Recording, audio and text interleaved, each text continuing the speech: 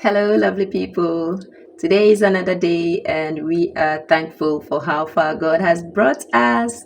My name is Vinny, and if today is the first time you are watching my channel, this is a channel simply about how to migrate to the UK as a teacher and the general lifestyle of a teacher. And you are going to like this channel. Please stay on, don't skip, don't stop the video, continue watching, and don't forget to subscribe. Yes.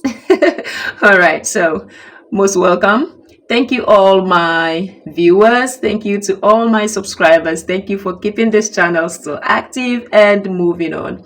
Now, in today's video, we're going to be talking about some bits of information on what to do immediately you get to the UK as a new teacher from overseas. Or this is applicable to anyone at all who comes into the UK. Now, the very first thing I will be saying is don't stress yourself to buy an expensive phone from wherever you are coming from into the UK. Yes, because when you enter the UK, the phone you are using, even though you're going to be able to still use it, but you are going to be limited on some of the apps you could download to help make your life here better. Yeah, this really happened to me. I came in with my phone and I couldn't download some simple apps that could make my life easier here. So that's tip number one. All right, so let's get to business. What are some of those things that you should do when you get into the UK? The first thing is make sure you rent a place.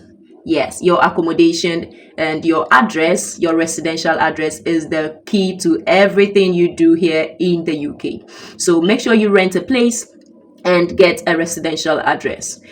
Now, how do you rent a place? How do you get a residential address? Now, there are some apps that you could download to help you to rent a place, a room, or you could rent a double room and you could make your life better. What are these apps? The first one on my list, this is actually for 2024, 2025 and upwards. Please don't forget to subscribe. The first thing on my list is Spare Room. If you are a new immigrant to the UK, I don't think you'll be yearning to rent a 3-bed, a 4-bed. It depends on how many you are coming in as a family or as a single person. But if you are a single person, I would advise that you just go to Google and put in Spare Room.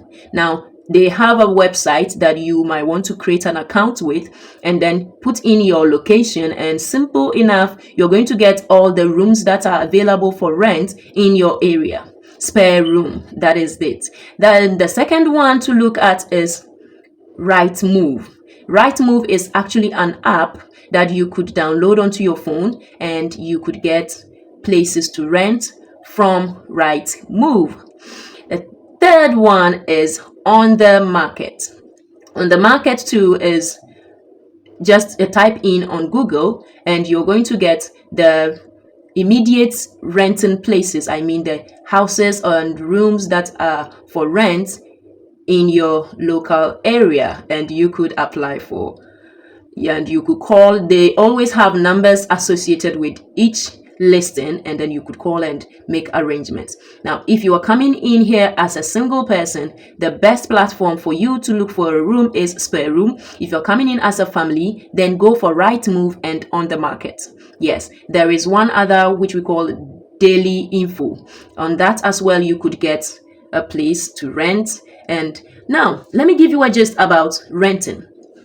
It depends on where you find yourself. If where you are renting the house or you're renting a place is in the outskirts of London, it's a bit cheaper. If you are inside London, just like living in the bigger city, that is expensive. So you might want to know where you are going and which type you want to rent. Now, talking on which type you want to rent, if you are a single person, I would advise you rent a room. Now, here in the UK, when you rent a room, it's just like it just doesn't come just like a room, but you have a room in a shared apartment where if it is a full house with 4 bedrooms, you are renting one room. There's definitely going to be a kitchen. There's going to be a bathroom, which you'll be sharing with other people. and that is going to help you save enough. But if you're a single person, you go in for a 2-bedroom, a 3-bedroom, you are worrying yourself. You are doing that harm. You are going to be paying so much with that. All right, let's quickly move on. The second thing that I'll be talking about is to open an account. After getting your residential address, open an account as soon as possible. No matter what work you're coming to do here in the UK, you need a bank account for which your monetary aspect is going to pass through. Please open a bank account. Yeah, now the simplest way there are online banks which you can open an account with, even at home, in your home country, I mean, before you come over to the UK. And there are also banks here that you could go in directly and then open an account. Again, there are banks that you could just download their apps and then create the account via that route, and that is going to help you. The next thing on my list is register with a GP. When we say a GP, registering with a GP, it's just like registering for your health needs. Yeah, so registering with the closest and the nearest hospital, yeah, this is going to help you. Now remember, during your visa application, you paid for health surcharge and you are eligible to attend hospital if there should be the need for anything at all. So please, immediately you arrive in the UK, just go to your Google or go to the NHS website for UK, and then you just type in closest GP or the GP close by or GP near me, and then they will give you a list of all the GPs near you, and then you choose the closest one and register with them. This is going to help you in the long run. Registering to vote. It doesn't matter which year you come in, whether it is the election year or not, please don't forget to register to vote. You just go to the UK website, just gov.uk, and type in register to vote, and that is going to help you. Next on my list is you need to download your right to rent and your right to work.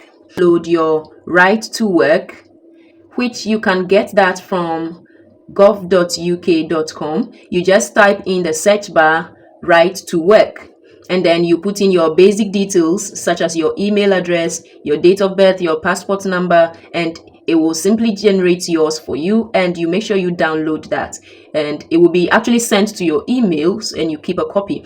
This can be given to any agency in which you want to rent a house or a room from, and that is going to help you so much. The next thing is you need to also download your right to work.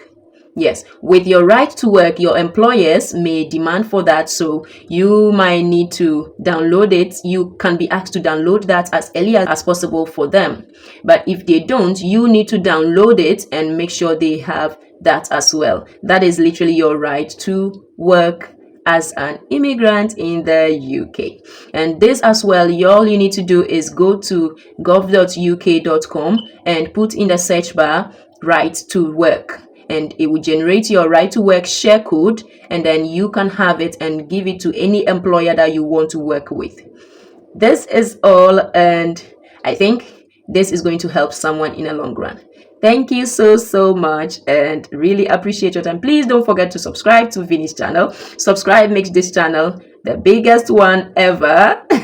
Yeah, and keep sharing. Love you all my subscribers, love you all my viewers. Thank you so much for keeping this channel active. Thank you, and it's a bye-bye.